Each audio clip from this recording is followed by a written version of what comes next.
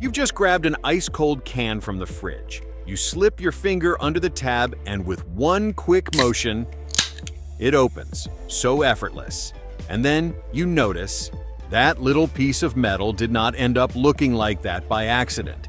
Its shape is strangely specific, as if every curve, every angle, every part of it had to earn its place. Which leads to a simple question. Why is the tab shaped like that?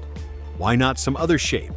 And what made that design so effective that it has lasted for so long? Today, we're breaking down the hidden story behind one of the cleverest tiny designs in everyday life, right here on the Daily Why.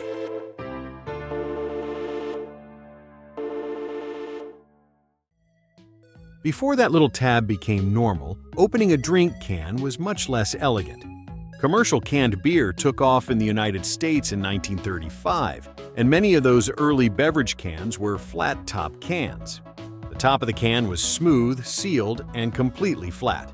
There was no pull tab, no ring, and no easy way to open it with your hands. If you wanted a drink, you had to carry a separate metal opener called a church key and use it to punch one or two triangular holes into the lid. One hole let the beer pour out, while the other let air in. For a time, that was simply how canned drinks worked. The drink was portable, the opening was not. Then came the first real leap. In 1959, Emil Fraze reportedly forgot his church key at a picnic and had to improvise to open a can. That frustration helped push the next idea forward.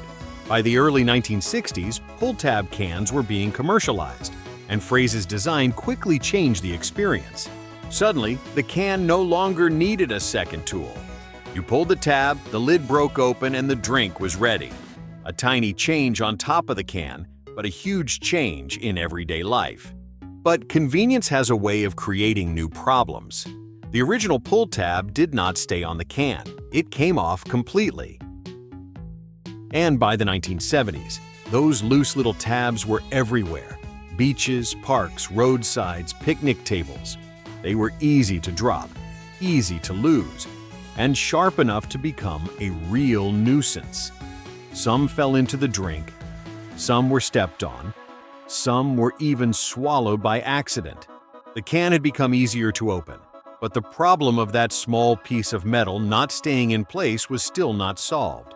That was when the design had to grow up. By the mid-1970s, the modern stay-on tab began replacing the old pull-off style. Daniel F. Kudzik of Reynolds is widely credited with the stay-put design that became the basis of the version we still use today. This time, the tab stayed attached after opening. No extra sharp piece left in your hand. No little scrap of aluminum tossed into the grass. No second object to lose, step on, or accidentally drop into the can. The opening process became cleaner, safer, and smarter. And once you get to that version, the shape stops looking random. The modern tab works like a tiny lever. Lift one side and the other side pushes into the weakened part of the lid. The opening folds inward while the tab stays attached.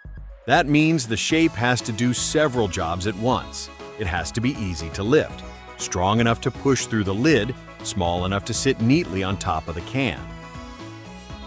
Every year, the world uses more than 400 billion beverage cans.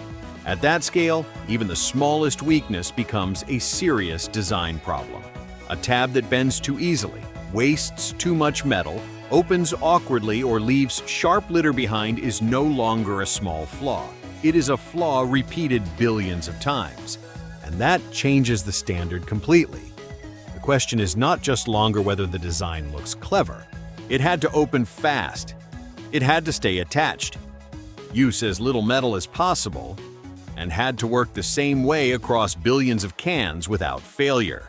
So the can tab, is not shaped like that by accident.